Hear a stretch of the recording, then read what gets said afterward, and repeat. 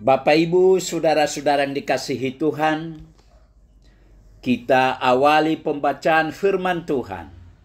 Nats renungan untuk kita hari ini. Marilah kita bersatu di dalam doa. Damai sejahtera Allah yang melampaui segala akal, itulah yang memelihara hati dan pikiran saudara-saudara di dalam Kristus Yesus Tuhan kita. Amin. Bapak, Ibu, saudara-saudara yang dikasihi Tuhan, firman Tuhan nats renungan untuk kita hari ini. Kamis tanggal 13 Maret 2025, sesuai dengan Almanak HKBP, tertulis dalam kitab 1 Yohanes, pasal yang kedua ayat 8. 1 Yohanes 2 ayat 8. Namun perintah baru juga yang kutuliskan kepada kamu, telah ternyata benar di dalam Dia dan di dalam kamu, sebab kegelapan sedang lenyap dan terang yang benar telah bercahaya. Namun perintah baru juga yang kutuliskan kepada kamu, telah ternyata benar di dalam Dia dan di dalam kamu, sebab kegelapan sedang lenyap dan terang yang benar telah bercahaya. Demikian firman Tuhan. Terang yang benar telah bercahaya. Saudara-saudara yang kekasih, ayat ini menjelaskan bahwa perintah baru yang dituliskan oleh Yesus telah terbukti benar di dalam Dia dan di dalam manusia. Perintah baru ini berlaku bagi semua orang, sama seperti bagi Kristus.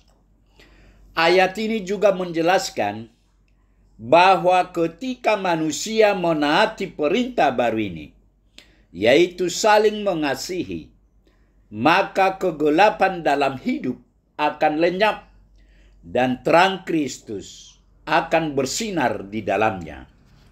Saudara-saudara yang kekasih, perintah untuk mengasihi di satu sisi adalah perintah lama, tetapi di sisi lain adalah perintah baru.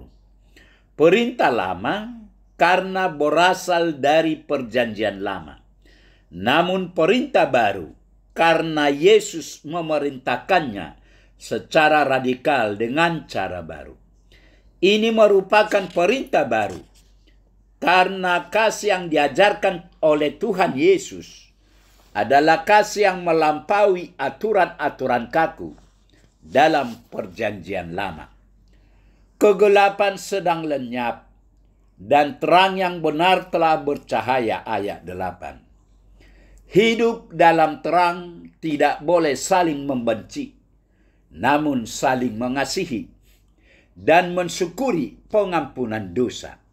Ayat 9 sampai dengan ayat 12. Dalam ajaran Tuhan Yesus, kasih tidak sekedar menghormati orang lain, tetapi mengorbankan diri dan menjadi hamba.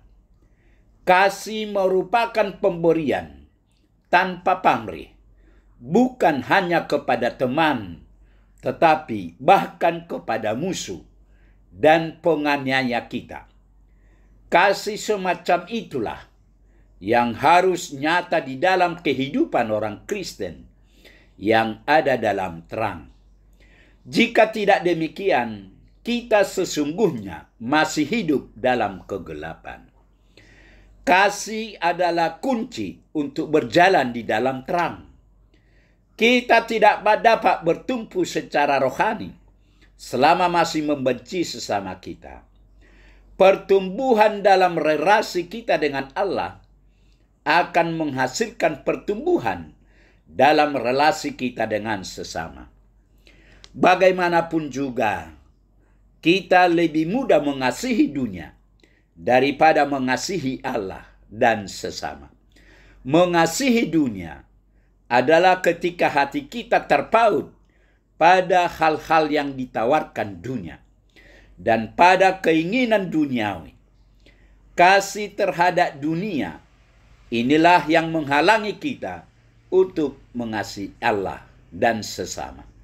Oleh karena itu, jikalau kita tetap ingin menjadi anak-anak terang, kita harus menjauh dari keinginan dunia ini, sehingga kita dapat mengasihi Tuhan dan sesama dengan segenap hati.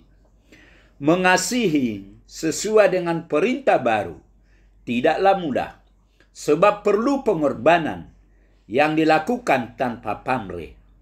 Oleh karena itu, berdoalah kepada Tuhan, mintalah kekuatan dari Tuhan, dan alamilah kasih-Nya, sehingga kita dapat mengasihi sesama sebagai anak-anak terang dengan kasih yang dari Tuhan. Amin. Marilah kita berdoa. Tuhan Allah Bapa di surga, Bapa yang kami kenal dan kami sembah hanya di dalam nama Yesus Kristus. Puji, syukur, terima kasih Tuhan atas kasih setiamu kepada kami hingga saat ini, di mana Tuhan masih menyertai dan melindungi kami, terutama memberi firman-Mu kepada kami hingga saat ini. Berkatilah firman-Mu ini ya Tuhan. Berkati kami semua anak-anak-Mu, agar kami tetap bersukacita, memuji dan memuliakan nama-Mu. Terima kasih Tuhan, dalam Yesus kami berdoa. Amin.